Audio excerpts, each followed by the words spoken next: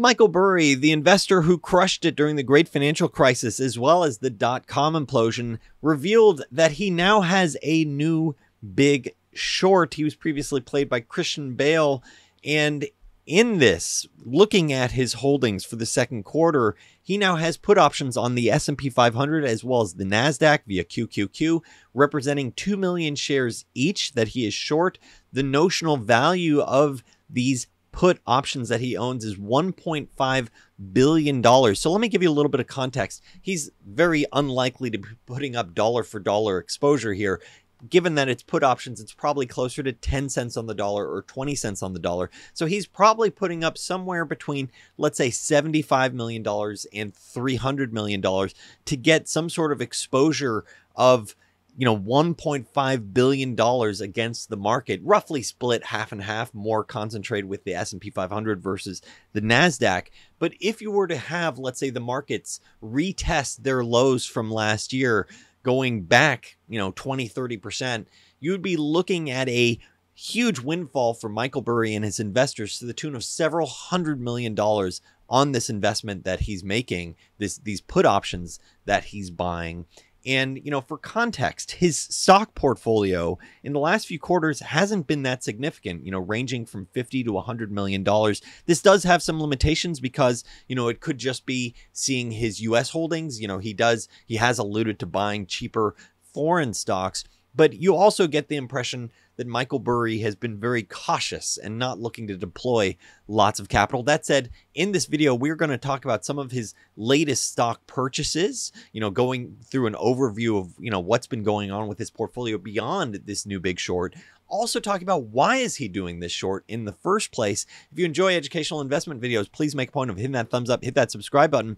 So let's dive into understanding, what else is going on here. Because in July of 2005, when he was amassing his massive short position on subprime credit default swaps, so subprime mortgages, credit default swaps on this, in July 2005, it was only a $750 million bet at the time. So this is clearly in the same realm of new big short territory. So this is not, a small bet. This is a very big bet by Michael Burry. And looking at his stock portfolio, he has been buying a lot of individual stocks. Now you might say, well, that's weird. Why would you have this big short, but then also buy all these positions? The reality is he's always had this mentality of finding things that trade at dirt cheap valuations, things that trade that may look funny, that may, have a weird multiple to reported earnings, but have tremendous free cash flow. And when you look at his portfolio, like Expedia, that's a perfect example. That's a company whose price to earnings multiple looks way higher than their actual free cash flow. Looking on a free cash flow basis, it trades at a single digit multiple to free cash flow. Same thing with companies like CVS. Charter Communications is a company, that's very stable, cable company trading at a low teens free cash flow multiple. So this is the exact type of playbook, he sticks to, which is he likes finding these stocks that trade at really low multiples to free cash flow, where they can then buy back a ton of stock. They can, the stock can easily re-rate as they repurchase 10-20% of their shares in a very short time period. As a matter of fact, I just did a video on how Monish Pabrai is buying a stock, trading around 3 times free cash flow. So very similar deep value sort of playbook. But, even though he loves turning over rocks and finding those things, he also has a macro lens in which he looks at, what's going on with the investment environment. And I think that overrides what he's willing to do. And so even if his total stock portfolio is around $100 million, US portfolio is around $100 million, he's still having a huge outsized hedge based on macro concerns that we're going to talk about in just a second. And so why is Michael Burry doing this in the first place? I mean, why would he put on such a huge hedge? Well, first of all, in full disclosure, this is not financial advice. Also, if you're looking to take charge of your investment journey with compelling ideas, market insights, and an exclusive Discord community available for annual subscribers, come check it out. That's unrivaledinvesting.com. I also have educational materials as well. So let's understand, where Michael Burry has been, some of the things he said. In March of this year, when you're looking at the banking implosion, he called out 2000, the dot-com implosion, 2008, the great financial crisis, as well as the regional bank, explosion with Silicon Valley Bank earlier this year. It's always the same. People full of hubris and greed take stupid risks and fail. Money is then printed because it works so well. And he's responding to the fact that the Federal Reserve quickly came to the rescue when you had a couple of banks imploding earlier this year. But I think broadly, what he considers, and he's called this out before in his notes and his, blog back when he was running it closer to 2000. He not only has a deep value framework, but he's also looking at price action. And I think, this is the S&P 500 over the last 3 years, SPY. And I think, what happened at its peak was just sheer mania. You had monkey pictures trading for millions of dollars. You had funny money to the tune of hundreds of billions of dollars from the Federal Reserve. You had record amounts of deficit spending and stimulus from the government driving crazy valuations. And then you look at what's going on here, and he's saying to himself, just thinking about the psychology of what is the price action saying. And I think, and his short, let's say his $1.5 billion short is probably around here because it's at the end of June. And since then, we're now in August. So it's up slightly since then. I think what he's saying is we're not going to go past the highs that we previously saw, the previously frothy highs. And that fits with what some of the other super investors have said, like Stanley Druckenmiller, where he said, look, I think we're in for possibly a decade of the market going nowhere. Now, it'll go nowhere in a very interesting way, like we've seen so far this year. The market's ripping significantly, but it's also, keep in mind, not making new highs. So you could just tread water beyond this very unpleasant roller coaster where you think, oh, this is great. And then before you know it, you're retesting the low. So I think that's what he's looking at, saying there's no way we're making a new bull market with new highs, especially when you're looking at the fundamentals. And one of the fundamentals that he looks at is what's going on with relative interest rates. For example, now cash, I personally keep my cash at Interactive Brokers yielding close to 5%, 4.8%. So this is something he absolutely looks at. For example, when he was looking at, what was going on with the great financial crisis, he was looking at the time frame in which the mortgages would reset and people would have to pay, these adjustable rate mortgages would then have to pay, going from the teaser rate that was close to 2% or close to 0% in some cases to 7-8% in some cases. And he said, okay, this is going to start hitting. And so that's why in July 2005, he was like, okay, I'm going to make this $750 million bet. And I think it even got bigger, as time went on. So he's clearly looking at the macro in terms of what are the different components. And I think he's looked at the balance sheet for consumers, and he said the balance sheet for consumers has done significantly better than a lot of people expected. I think even better than he expected at first, because the balance sheet was so flush from stimulus from the government. And I think he's looking at this and the impact from higher interest rates, from cash now yielding closer to 5%, is that there's a lag effect.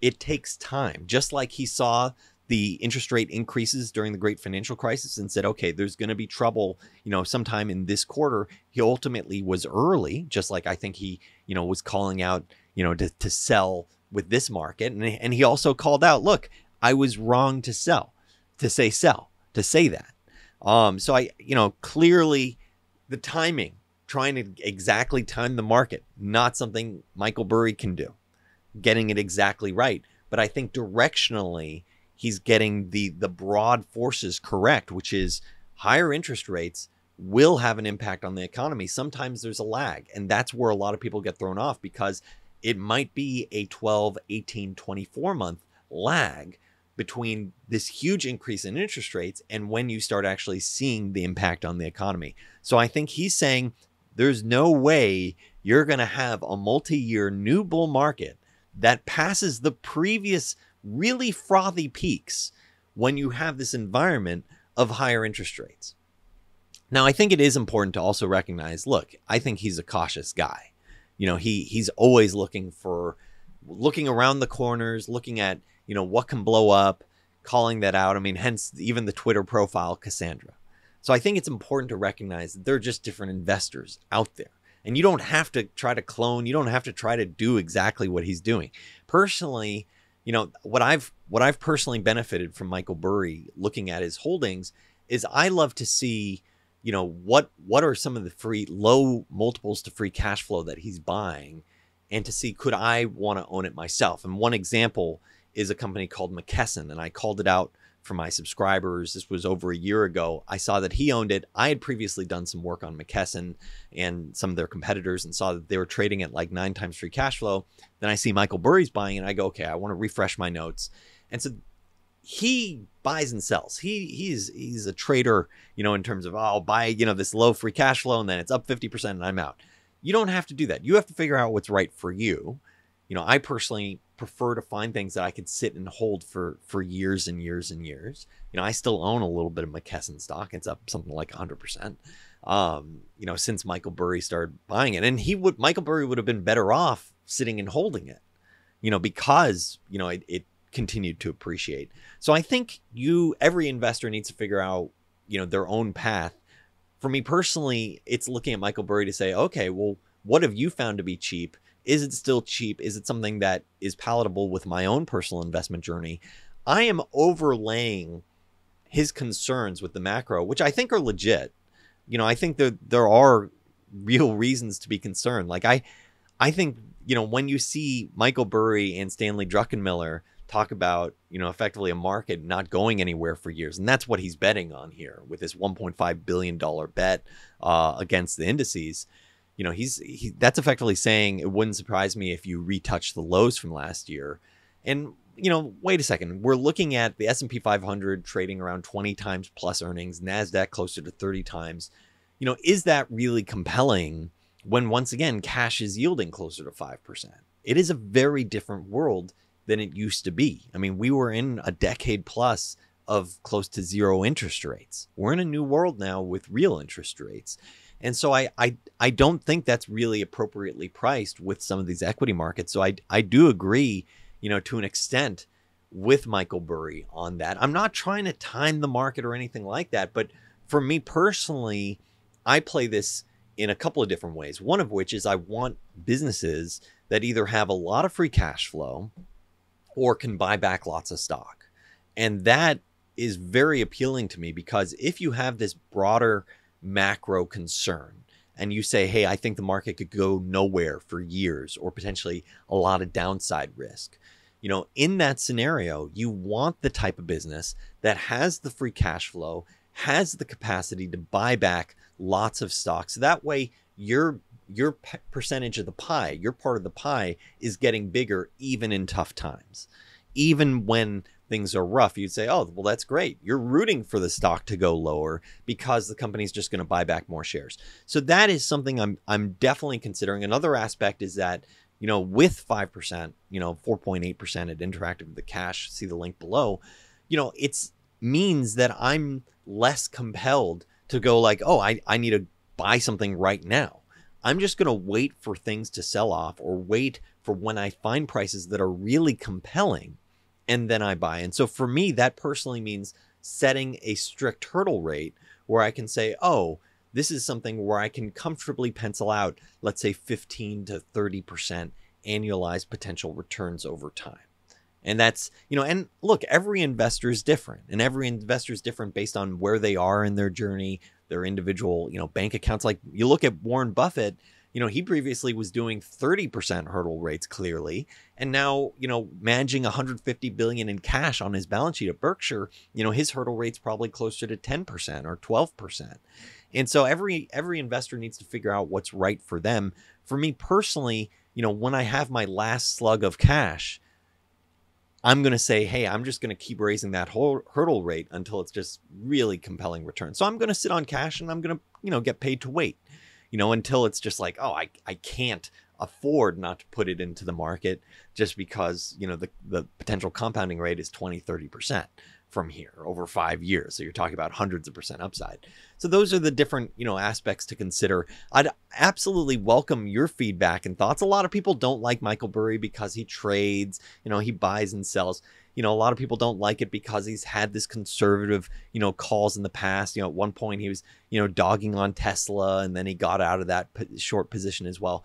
Personally, I view him as an exceptional analyst who gets, you know, borderline very cautious at times and can be too cautious, but I do like to see what he's calling out, his perspective, and it wouldn't surprise me if he's right on this. It wouldn't surprise me if you do see the market retouch the lows from last year, and that's clearly something that he's betting on. Absolutely would love to see your comments below, and if you enjoyed this video, please make a point of hitting that thumbs up, hit that subscribe button. Thanks so much for watching Unrivaled Investing.